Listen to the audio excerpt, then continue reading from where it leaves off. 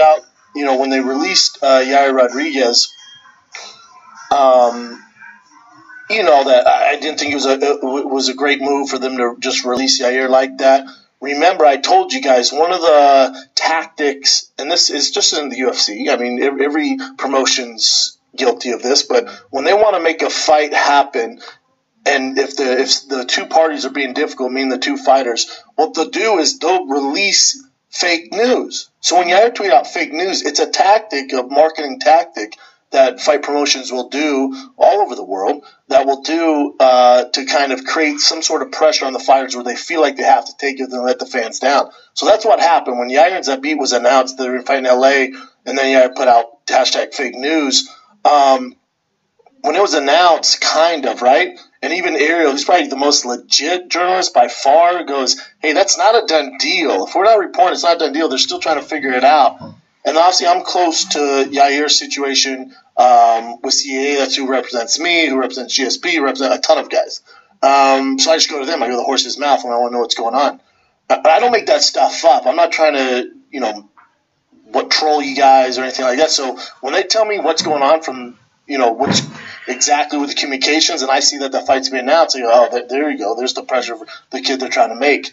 And I told them that Zabit fight is terrible. It doesn't make sense to me. You got a kid with a year layoff, right? A year layoff. He just had the biggest fight of his life. He got destroyed against Frankie Edgar. Just a terrible matchup for him. And that's an accumulation of mismanagement from his agents, his manager side, let him fight Frankie Edgar after BJ Penn. Obviously, that was a shell of himself, BJ Penn. So then you only beat BJ. Here's Frankie Edgar, even though you have no wrestling, you're only 24 years old. So you ruin the shine, which you would never see in boxing. Boxing, like this kid Delaney that we're seeing, or Javante Davis, these guys have so many amateur fights, so many pro fights before they really get tested. They get this kind of build up before they're 30-0, 40-0, whatever, before they actually fight a legit tough guy who there's possibly they're going to lose. With the UFC, it's for whatever reason, it's like, oh, Yair, fun to watch. Here you go. Jesus, pump the brakes, man.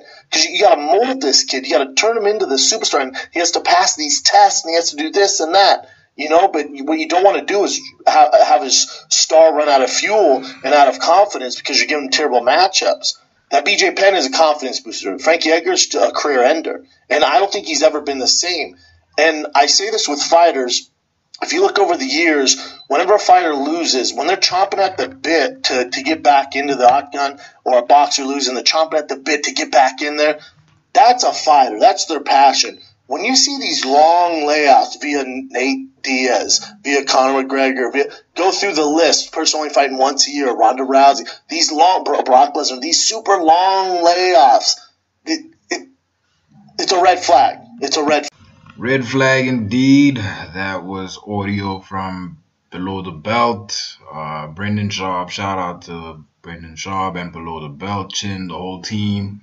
Brian Callen, I'm a huge fan. Subscribe to TFAK, Fighter and the Kid, and Below the Belt. Now, I agree with what he's saying. But I would like more context to what's going on with Yair Rodriguez. To be completely honest with you, I've never watched his fights. Not necessarily because I wasn't interested. It's because the UFC roster is so big that certain names just fall through the cracks for me, man. I can't get to everybody. Like, for instance, I just started watching David Branch on Fight Pass, all of that. And yeah, man, it's just an example of him falling through the cracks. But on his scenario, on his situation with the UFC, man, the UFC is like King Kong amongst monkeys, King Kong can bully all the monkeys in the yard. He's King Kong. So that's what he's doing. The only person that King Kong can't bully is Conor McGregor. Another story for another day, though. Anyway, I think the reason why the UFC is giving him such tough fights with Frankie Edgar's and all of that is because maybe there is a strong disconnect between UFC top brass and his management, Yair's management. Maybe these differences have been around for a while, and they can't get over them.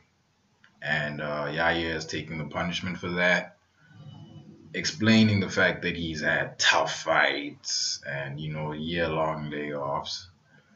But I don't know what to say to this, man. Anytime a fighter goes against the UFC, it ends up bad for the fighter. Hence why I am championing for Leslie Smith to get her fighters union, man. This is terrible. Um, I just hope he can get back, and that this really is fake news. Well, he could be the next big deal. But let me know what you guys think. Like, comment, subscribe, and I am out.